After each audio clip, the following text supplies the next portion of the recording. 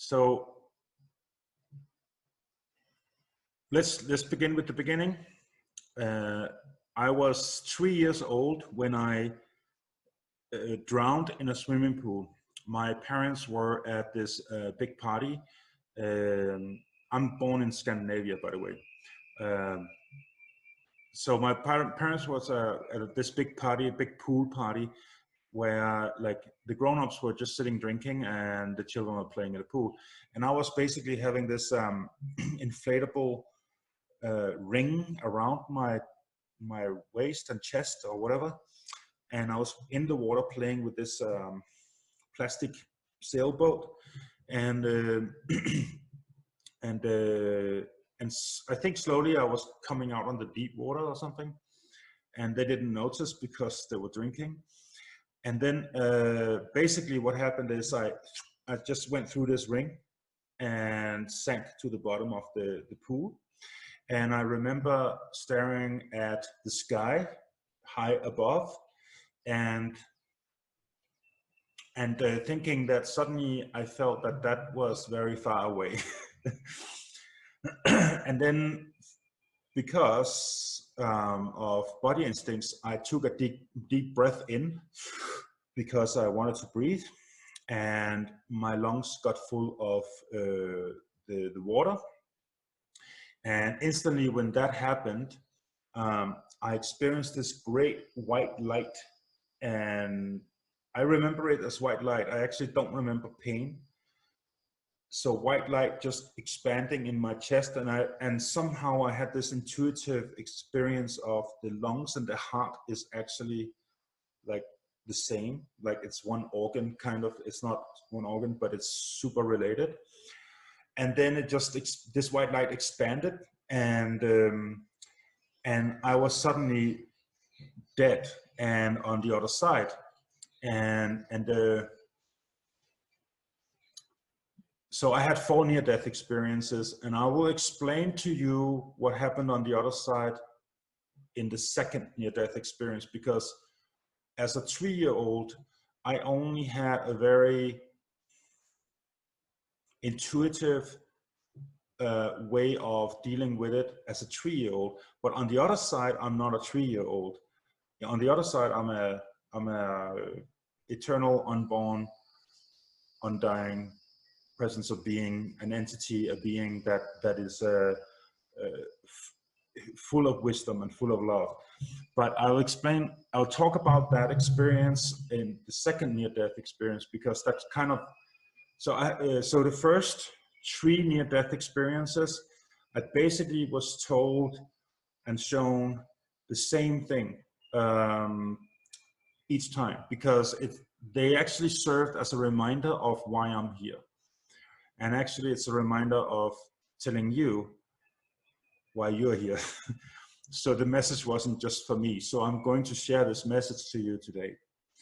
So anyway, my mom discovered that I was missing, and she saw me at the bottom of this swimming pool. She jumps in with high heels and dress and all that stuff, and gets me up of the pool, and they do stuff to get the air out of my lungs, and I was dead, and they were freaking out. And finally they got the air, the water out of my lungs, and then they did some. My mom was trained she was a lifesaver, so she knew how to do these things, and so I think that probably saved my life. And then basically I could breathe again, but I was blue and purple everywhere, and they put me in an oxygen tent for 2 weeks after this event, because my lungs were damaged from the chlorine in the water. And so I was pretty traumatized from that, you could say. And then so I'll just take questions now after that. Okay, good. Okay, good. So there's no questions. Good.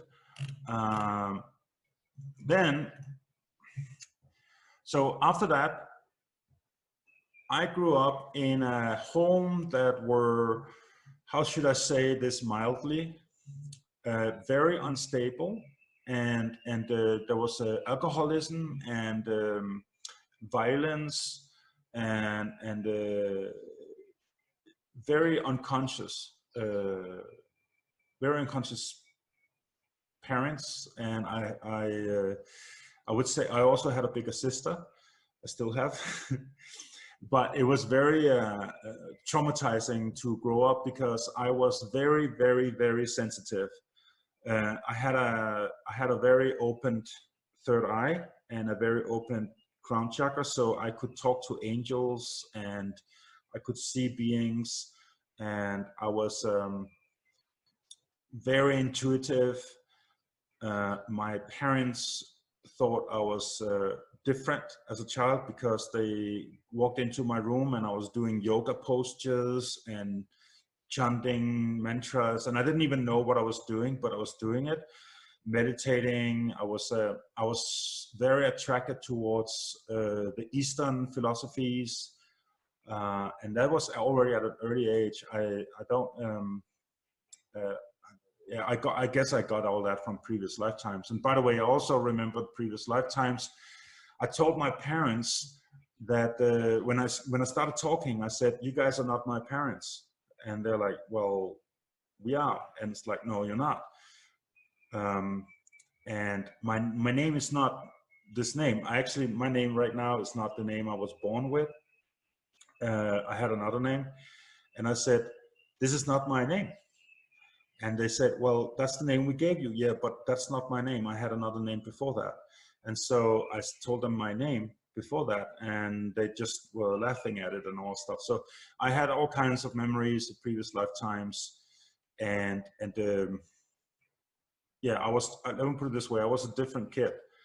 At one point, my dad was so worried about me because I was like, they could take me down to a sandbox where all the kids were playing with stuff, and I could just sit down and look at an anthill and just tune into the anthills, and just I was sitting still for hours, not playing with the kids, and I was totally in my own world. And so they thought there was something wrong with me, so they took me to this child psychologist, and she checked me out, and she said, "There's nothing wrong with this kid. He's just he's just different, but there's nothing wrong." They also put all these electrodes in my head to see if my whole brain was actually firing and working, which it did. And so I remember my dad, he was a little freaked out about having a son like this because I was so different.